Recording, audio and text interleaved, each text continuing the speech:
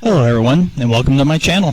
I'm your host, Tony Coleman, and today I'm going to show you how you can spoof the number of video cards that BOINC reports to the BOINC servers. As you can see, I have two video cards already. One's a 750 Ti, the other one's just a 780. Both of these are considered a low-end card for today's modern processing capabilities. However, it will still suffice for the tutorial. I also want to point out that if you need additional assistance, my team is more than willing to assist. You can always go to https://hardforum.com/forums/distributed-computing:32/.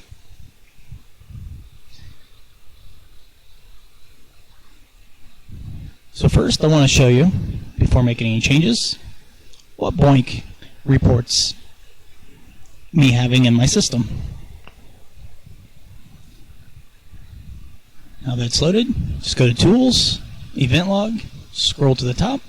You can see that GPU 0 is listed as the GTX 780 and GPU 1 is listed as the GTX 750 Ti.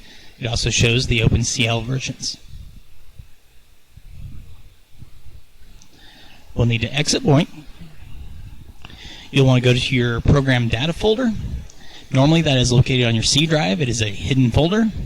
I have moved mine to a different drive just because I want it separate from where the operating system resides. So in this case, mine is b:\program data\BOINC. Yours, if you haven't changed anything, would just be merely the C drive :\program data\BOINC. In this folder, you'll scroll down and you will find the coproc_info.xml file, and you'll want to edit that, and I recommend using Notepad for it.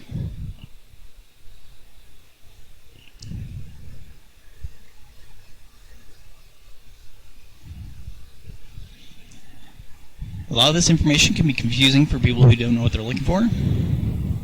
However, the spoof requires you to basically copy and paste the exact same information over again. I've already got one that I've copied and pasted, so I can show you a comparison.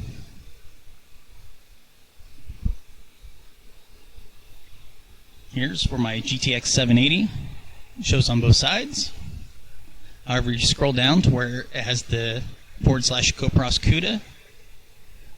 On the unmodified, it goes to the next card, which is the 750 Ti. But on my modified one, it shows a GTX 780 again. What I did was merely copy this text starting at the CoPros-CUDA all the way down to the /CoPros-CUDA, and then I pasted it again right afterwards. That way, it thinks there's two cards that are 780s in the CUDA registry. And if I scroll on down, that's where you end up seeing the 750 Ti, or the one on the right, my original, had ended. Now there's another spot we also have to do that. Scroll on down to the OpenCL.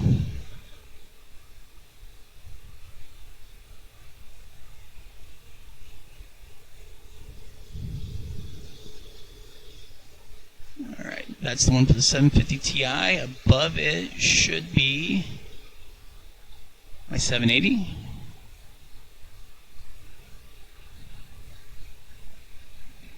So you want to scroll down to the end of the coproc-CUDA.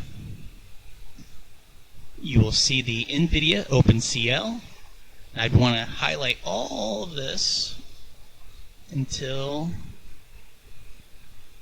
I get to the /NVIDIA OpenCL, which means it's the end of that command. You'll see that the next one starts the 750 Ti. All I got to do is the same thing, just right click, copy, and from right here, make another entry, and just paste. And it basically replicates what I just highlighted. I don't want to save this one, But you will, when you save it, just do a save. Don't have to do a save as or anything. And then what you'll want to do is also right-click on the original file, hit Properties, and you'll want to set it to read only. And the reason you want to do this is because BOINC will try to overwrite the old CoPros information every time you launch it, and you don't want to do that because you want it to retain what you just edited. And then there is also one other spot that you'll need to make changes on, but you want to do this also before you do the read-only because you won't be able to resave if you don't. But there is a device number scheme that you also want to change in the OpenCL areas, which is OpenCL device index. Each card will have its own number. And you'll also want to change your device number under each one of those. Now, in this case, we are looking at 750 Ti. I didn't have to change that one because it was already assigned. But the 780, now that has two entries. One of them will be listed as a 0, and so the other one I would want to change to a 2. And let me find where that is. That's the Nakuda, so here's the listing.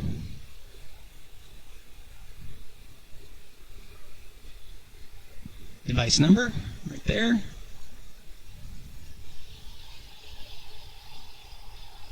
So in this case it's a 0. Then the OpenCL device index.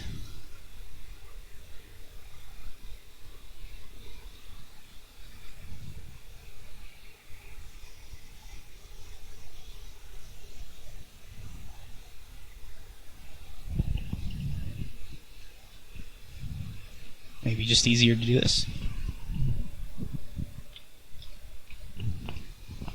There he goes. OpenCL device index 0. So that card has both of them. And then in this case, this is the second 780.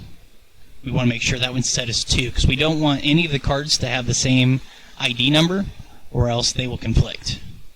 So after you've saved that, you've changed it to read only. I'll just copy and paste this in here. Yes.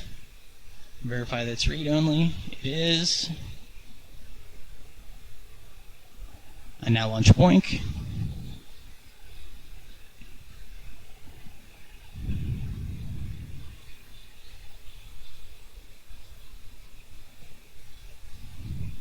You may take a moment to reconnect and to read all the config files. Now let's back up, hit Tools, Event Log, scroll to the very top, and as you can see, GPU 0 is GTX 780, and look, another GTX 780 that does not actually exist than my 750 Ti, and it does the same for the OpenCLs. I will go ahead and close this, and I will explain a few reasons on why you would want to spoof your GPU listing within BOINC. Some of the higher end cards can complete work units in just a matter of seconds instead of minutes or hours, and the problem with that is some projects don't send you enough work units to keep the graphics cards busy the entire time. So your card may actually be waiting on work units for a couple seconds. Some projects don't immediately send you work right after you return work, so you might be sitting idle for even a minute or two, and you may think, no big deal, it's only a few minutes, but when you're trying to maximize your efficiency or to increase the amount of points that you're earning at a project, that can actually dip pretty heavy into that. By spoofing the number of GPUs, you can actually download more work units. You will need to take additional measures to make sure that you're not over provisioning your PC, and what that means is you may want to create an app config.xml, which will be explained in other videos. to limit the number of work units that the PC is actually running from that project at any given time. That way, even though you're telling it you may have 2, 3, 4 video cards, you only want it to actually run 1 work unit or 2 work units at a time, depending on the capabilities of your card in the project. You can download en masse if you want, and then change your coproc_info.xml file back. Don't think it's really necessary if you have your app config properly placed. So, if you have any questions, feel free to add them in the comments. I want to thank you for watching my video, and if you enjoyed it or found it to be helpful, please click subscribe and share the video. A thumbs up would be great too. It costs nothing to do, but it does help content providers like myself quite a bit.